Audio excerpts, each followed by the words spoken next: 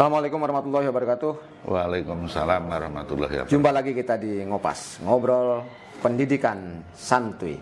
Kali ini kita bersama Bupati Tulungagung, Bapak Haji Marioto Pirowo. Selamat siang, Assalamualaikum warahmatullahi wabarakatuh, Pak Bupati. Waalaikumsalam warahmatullahi wabarakatuh. Selamat siang. Salam sejahtera. Ya, siang ini juga kita ditemani oleh kawan-kawan industri, terutama yang bergerak di bidang IT. Pak Bupati, ini kan Tulungagung ini memiliki banyak potensi dengan perkembangan pendidikan yang luar biasa. Nah, perencanaan pendidikan di Kabupaten Tulungagung sendiri seperti apa sih sebenarnya, Pak Bupati? Terima kasih. Assalamualaikum warahmatullahi wabarakatuh. Selamat siang, salam sejahtera untuk kita semua. Yang saya hormati Bapak Abdul Haris beserta rombongan, Pak Kadin Pendidikan Pemuda Olahraga, peserta yang hadir pada siang hari ini. Syukur alhamdulillah kita dapat berkumpul bersama atas ridho dan inayah dari Allah Subhanahu wa taala. Kita semua dalam keadaan sehat walafiat. Alhamdulillah, amin. Dan alhamdulillah Bapak, jadi kita semua ketepatan juga dalam acara bincang-bincang pendidikan santuy. Bapak, Ibu yang saya hormati, berbicara tentang pendidikan di Kabupaten Tulungagung. Kiranya perlu diketahui bahwa Kabupaten Tulungagung ini program utamanya adalah Ingandaya, Pak. Industri, pangan, dan kebudayaan. Industri di mana Kabupaten Tulungagung ini memiliki jumlah IKM dan UKM cukup besar. Lebih kurang hampir 40.000 di Kabupaten Tulungagung itu usaha-usaha kecil ini. Yang tentu saja itu semua untuk memerlukan sebuah binaan, ya. Pengarahan, bimbingan yang tentu saja bimbingan itu tidak terlepas dari masalah pendidikan. Jadi yang kedua adalah masalah pangan, di mana Kabupaten Tulungagung ini merupakan penyangga pangan Provinsi Jawa Timur nomor 5. Yang tentu saja kita tahu bahwa produksi tanaman pokok padi itu setelah dikonsumsi daripada penduduk masyarakat Tulungagung masih berlebih. Jadi kita produksinya lebih kurang 1 tahun 300.000 ton, yang dikonsumsi lebih kurang hanya sekitar 201.000 ton. Atau boleh dikatakan masih surplus kita, lebih kurang 100.000 ton yang bisa didistribusi penyokong untuk kebutuhan daerah wilayah setempat. Nah, berkaitan dengan program yang ketiga adalah masalah budaya. Budaya ini adalah merupakan satu sumber pendidikan, Pak. Sebagaimana yang direferensikan oleh Bapak Profesor Dr. Muhajir Effendi, beliau mengatakan bahwa berbicara tentang budaya itu adalah merupakan awal dari sumber pendidikan. Nah, kita butuh di Tulungagung ini adalah yang kita prioritaskan adalah masalah pendidikan, utamanya untuk menciptakan tenaga setengah jadi. Oleh karena itu SMK di Tulungagung ini banyak sekali, dan itu menjadi peminat yang pertama bagi anak-anak usia sekolah di Kabupaten Tulungagung. Dan kami dari pemerintah mensupport, bahkan ada kebijakan untuk vocation, ya, sekolah-sekolah kejuruan ini. Bahkan di pondok-pondok pesantren banyak yang mengambil sekolah kejuruan. Nah, ini penting sekali. Dan kita tahu dengan potensi jumlah penduduk Kabupaten Tulungagung yang cukup banyak, lebih kurang jumlah penduduk Kabupaten Tulungagung ini 1.200.000 lah lebih kurang. Dengan luas wilayah 1055 km persegi yang secara administrasi terbagi dalam 19 kecamatan, 271 desa kelurahan, kelurahannya 14, desanya 257. Dan di mana kita tahu bahwa rasio anak sekolah di sini itu didominasi oleh pendidikan SLTA. Sampai SLTA ini mendominasi, lebih kurang sampai 70% sekian. Ada rencana untuk melingkan antara pengembangan industri dengan pengembangan pendidikan kejuruan? Iya, saya pikir ini satu dari program yang kita prioritaskan, kita memfasilitasi untuk sekolah vocation kejuruan ini praktis, sebagaimana sekolah-sekolah yang SMK ini sudah merupakan salah satu kurikulum yang harus dituangkan dalam kurikulum, ya, di mana bahwa kerjasama dengan industri. Ya. Jadi anak-anak kita ini banyak setelah dari jurusan mesin, misalkan diambil apakah itu Toyota, apakah itu diambil daripada Suzuki atau diambil daripada Isuzu, banyak. Yang sepeda motor banyak. Terus kemudian di industri-industri garment maupun industri-industri yang lainnya, banyak itu. Kalau kita bicara tentang kontribusi SMK ini, Pak, bagaimana kabupaten merasakan kontribusi lulusan-lulusan SMK dalam pemenuhan kebutuhan sumber daya manusianya, Pak? Saya pikir baik sekali ya, yang sudah diprogramkan pemerintah. Jadi kan sekolah SMK itu untuk mencetak ya tenaga kerja secara jadi, yang dipersiapkan untuk itu. Kalau kita sebagai hasil riset kita kunjungi setiap sekolahan SMP. Saya tanya satu kelas itu, siapa nanti yang akan melanjutkan ke SMA? Satu kelas itu paling anak 4, 6, satu kelasnya 20. Kemudian yang lain apa? SMK semua. Nah ini salah satu beberapa kita random sampling di mana ya tetap gitu hasilnya. Sehingga kami boleh memberikan satu ilustrasi yang memang sekolah SMK ini memang yang diciptakan harus bisa tidak hanya disiapkan untuk bekerja, tapi juga bisa menciptakan lapangan kerja. Itu prinsip itu. Nah kalau kita lihat kan Impres Presiden, Pak, ya, Impres nomor 9 tahun 2016 itu kan pemerintah kota, pemerintah provinsi oleh Presiden diminta untuk ikut terlibat dalam mendukung pengembangan SMK itu. Nah implementasinya kalau di Kabupaten Tulungagung itu seperti apa, Pak? Iya, kalau di Kabupaten Tulungagung ini banyak implementasi yang kita berikan dari pemerintah kabupaten. Misalkan untuk SMK di bidang pertanian kita berikan lahan untuk milk farming di sana ya, praktek milk farming itu. Kemudian juga untuk SMK yang kejuruan, yang misalkan jurusan mesin, kita salurkan juga selain mesin juga sipil, teknik sipil bangunan. Ya kita jembatani untuk bisa kerjasama dengan balai dari pendidikan keterampilan baik miliknya provinsi maupun miliknya kabupaten, gitu loh. Juga kita kenalkan SMK yang jurusan tata boga pariwisata, kita beri kesempatan ya, kita kenalkan pada hotel restoran untuk bisa ikut. Ini masih berkembang terus, Pak, ya? Masih itu. Sampai kita titipkan pada servis sepeda motor jurusan mesin gitu.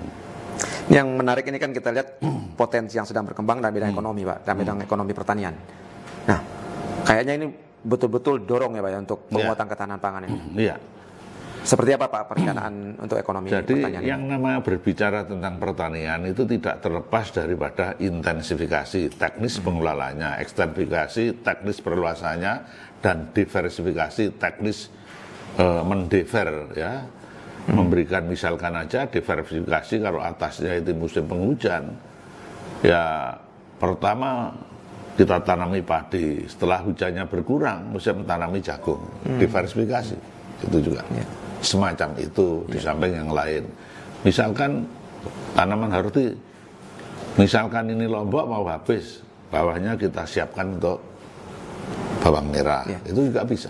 Ya ini satu hal lagi yang menarik, Pak, terkait dengan pengembangan budaya. Iya. Bagaimana pemerintah kabupaten khususnya di Tulungagung mensupport ini, Pak, untuk pengembangan kebudayaan ini? Yang tentu saja ya, namanya apapun, misalkan illiterate ya, berbicara illiterate, jadi buta huruf ini katanya kita bebas buta huruf, dan pada tahun 2020 sebagaimana program yang kita dengungkan beberapa tahun yang lalu bahwa Kabupaten Tulungagung atau masyarakat tidak hanya Tulungagung di Indonesia, minimal anak usia sekolah harus menyelesaikan studi sampai dengan SLTA, kan gitu kan? Perintah dari itu. Nah itu kita susur ya, kita penyisiran, kita sisir, di mana anak-anak yang tidak sekolah, kita cari untuk sekolah, bahkan untuk penyetaraan sampai diikutkan paket. Kita punya pengawas, kita punya penilai. Penilai itu tugasnya adalah untuk menginvestigasi masuk ke desa-desa anak usia sekolah yang tidak sekolah. Karena apa? Apa putus sekolah ya karena mereka itu tidak mau, karena orang tuanya TKI sehingga butuh bantuan konseling. Ya, ini satu keluhan Pak yang banyak dari kawan-kawan di satuan pendidikan, terutama terkait dengan pemenuhan kebutuhan guru. Pak, ini kan banyak guru-guru kita mulai pensiun nih Pak, di tingkat SD, SMP, SMA, SMA. Gitu. Seperti apa Pak rencana? Jadi kita mengenal namanya besetting Pak, tata kelola mengenai kepegawaian, khususnya yang bergerak di bidang guru, dan lebih khusus adalah guru SD. Dimana kalau kita lihat berdasarkan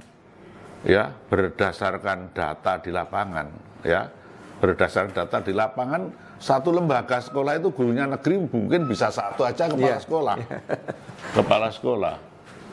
sekolah.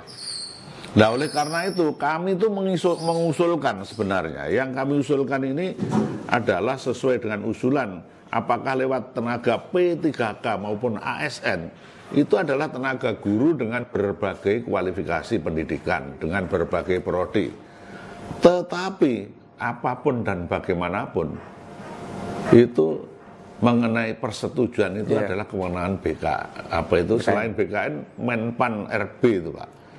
Dan di sana selalu tidak dipenuhi. Sebenarnya kami sudah mengatakan existing itu antara daerah satu dan yang lain berbeda. Mungkin di Tulungagung ini guru agama, guru pendidikan jasmani masih kurang. Sehingga jangan ditentukan dari sana. Kalau ditentukan dari sana, tentu saja tidak sesuai dengan existing yang tingkat kebutuhan yang ada. Oh kita itu dalam besetting itu sudah jelas kok di situ. Nah ini loh. Ada perencanaan untuk pengembangan yang sudah ada Pak yang existing? Oh tentu saja ada. Kita kebutuhan ABCD, prodi misalkan tenaga guru agama, penjas, kemudian bahasa Indonesia, kemudian PPKN maupun guru matematik dan lain itu sudah terprogram dari kita ada. Itu loh. Ya ini ngomong-ngomong santai ya Mbok Yao, nanti di sana didengar. Saya pikir kepala daerah di mana-mana juga sama. Ya betul. Karena mereka yang tahu wilayah. Dan satu hal apapun ya, masalah IT itu sesuatu yang tidak bisa ditinggalkan. Digitalisasi itu, sehingga kalau sekarang pemerintah tidak hanya mencanangkan 4.0 itu sekarang ditingkatkan menjadi 5.0, bahkan ditingkatkan menjadi nanti menjadi big green. Itu adalah sesuatu hal yang memang harus. Dulu kalau berbicara HP ketika wartel banyak, HP itu barang mahal. Tapi perkembangan waktu teknologi, sekarang kita mau janjian belanja, ya tetap pakai HP. Tukang becak mau menjemput anak sekolah, ya pakai HP. Ya ini kan mestinya kalau kita bicara teknologi Pak, sekarang ini segala sesuatu itu kan berbasis digital. Nah, kepala daerah di tingkat 2 juga berlomba untuk bikin teknopark ini. Nah, kalau di Tulungagung seperti apa Pak pemanfaatan teknologi khususnya digital? Kita ini kan masih merintis itu ya. Jadi jaringan web kita ini baru kita naikkan brandingnya itu kita naikkan, baru kita akses ke masing-masing OPD. Nah, tentang teknologinya kayak apa kami tidak paham, tapi yang jelas tetap kami akan mengikuti program itu. Ada rencana pengembangan misalnya untuk pengembangan teknologi di teknoparknya atau seperti apa? Ada Pak, ada. Ini baru nanti akan saluran-saluran sudah kita akseskan semua kepada OPD. Itu. Ya, saya kira juga kawan-kawan di industri digital khususnya ini akan sangat banyak kontribusinya nanti. Ya, kita berharap kawan-kawan industri juga membantu bagaimana di pemerintahan daerah khususnya di Tulungagung ini bisa berkembang cepat gitu. Ya saya pikir itulah, jadi memang apapun itu harus kita ikuti lah. Kita ikuti agar bisa bisa berkembang dan kita bisa mengikuti agar tidak tertinggal gitu Ya, ya. betul. Ya.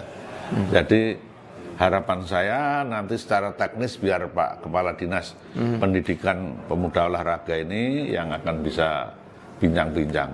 Saya tegaskan setiap pengarahan di Tulungagung ada keberhasilan satu pembangunan di bidang apapun itu adalah berperannya semua stakeholder. Baik itu para aparat pemerintahnya, kemudian tokoh masyarakatnya, kemudian juga LSM yang membantu, bahkan sampai jurnalis. Nah, Ya, itu ya, keyakinan saya begitu.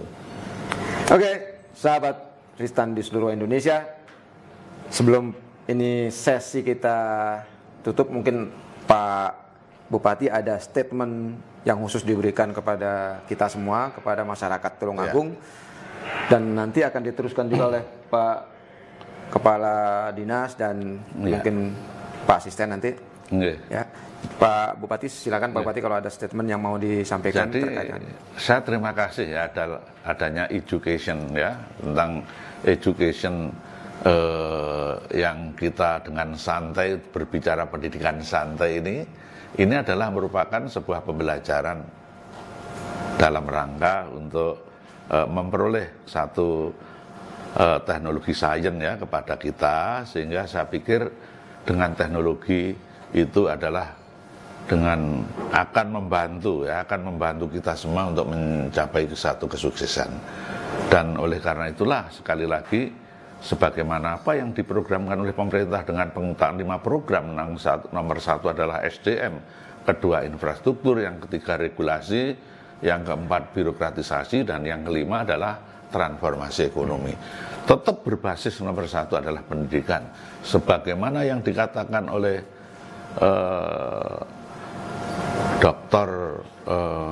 Dr. Josh Howard. Beliau mengatakan education is the big power in the state. Bahwa pendidikan adalah merupakan satu kekuatan yang maha dasar dalam satu negara. Nah ini ya tetap pendidikan. Oleh karena itu sekali lagi saya terima kasih. Semoga Tulungagung masyarakatnya dapat mengikuti apa yang dicanangkan dalam program santai ini. Terima kasih. Oke, terima kasih Pak Bupati, terima kasih. Kita akan jumpa lagi di Ngopas dengan topik yang tidak kalah menariknya di waktu yang akan datang. Terima kasih. Assalamualaikum warahmatullahi wabarakatuh. Waalaikumsalam.